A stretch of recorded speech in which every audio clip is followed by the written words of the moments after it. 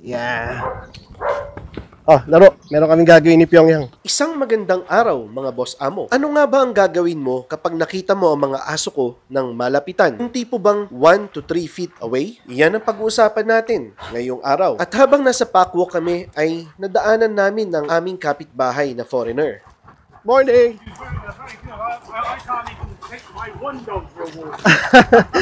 Sabi niya ay very good daw ako. Siya nga daw ay mag-walk lang ng isang aso ay nauuna pa sa kanya. By the way, mga boss amo, nakikita niyo ba si Kobe? Siya yung nasa likod at tinapos niya ulit ang pakwalk namin ngayon. Maganda naman ang pakwalk namin ngayon. Walang away, lahat ay kalmado at si Pyongyang ay nag-improve na rin kapag nakakita siya ng mga aspin ay hindi na niya ito masyadong tinitingnan. At higit sa lahat ay kapag nakakita siya ng aspin ay hindi na niya inaaway ang katabing aso niya. At para tuluyan ng madesensitize si Pyongyang ay dinala ko siya sa labas. Naglakad kami sa Barangay Road at naghanap kami ng mga aspin. Ang napansin ko rin kay Pyongyang ay hindi na siya takot sa mga tunog ng sasakyan. Dati kapag nakarinig siya ng malakas na tunog ng jeep ay talaga naman tatakbo siya pabalik ng farm. At ito, meron kaming aspin na nakita.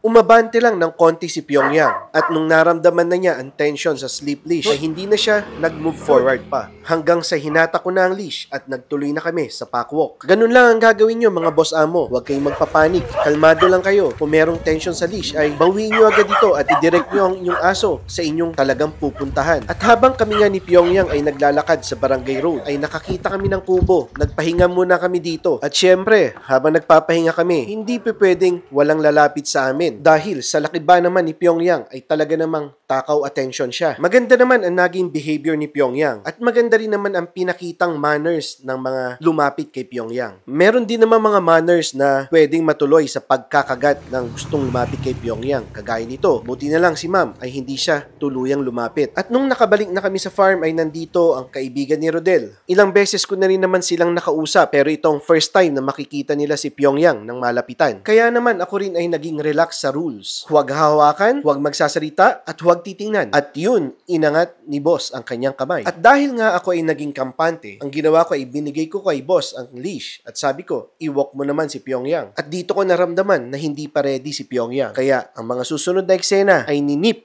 ni Pyongyang ang jacket ni boss. Kinuha ko kaagad ang leash kay boss. Buti na lang, ang ninip lang ay ang jacket, hindi ang laman. At yun, tapos na ang eksena kay Pyongyang. Ipinalabas ko naman ngayon si John Wick. At pagkalabas nga ni John Wick, dahil sa sobrang laki nito, ay natuwa agad si boss at inabot ulit niya ang kanyang kamay. At dahil nga naging confident ako, hinayaan ko lang at nagkwentuhan lang kami na nandun si John Wick. Si John Wick ay lumapit uli at inamoy-amoy niya ang mga bisita ko. At ang mga bisita ko naman ay habang inaamoy sila ni John Wick, ay hinawakan nila ang katawan ni John Wick. At makikita nyo sa point ng video na to na biglang lumayo si John Wick. Tuloy lang ang kwentuhan at pinag-uusapan namin ang mga ibang asong nakikita nila sa loob ng farm. Ang pinagsama-samang excitement namin during the kwentuhan ay nagbibigay ng confusion kay John Wick. At biglang nangyari ito.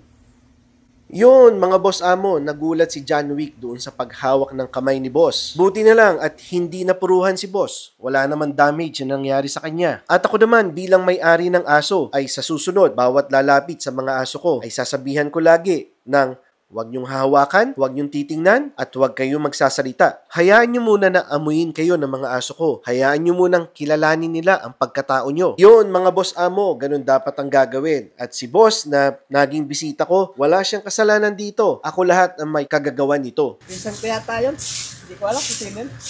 Magpapashoutout sa Barangay Hukay.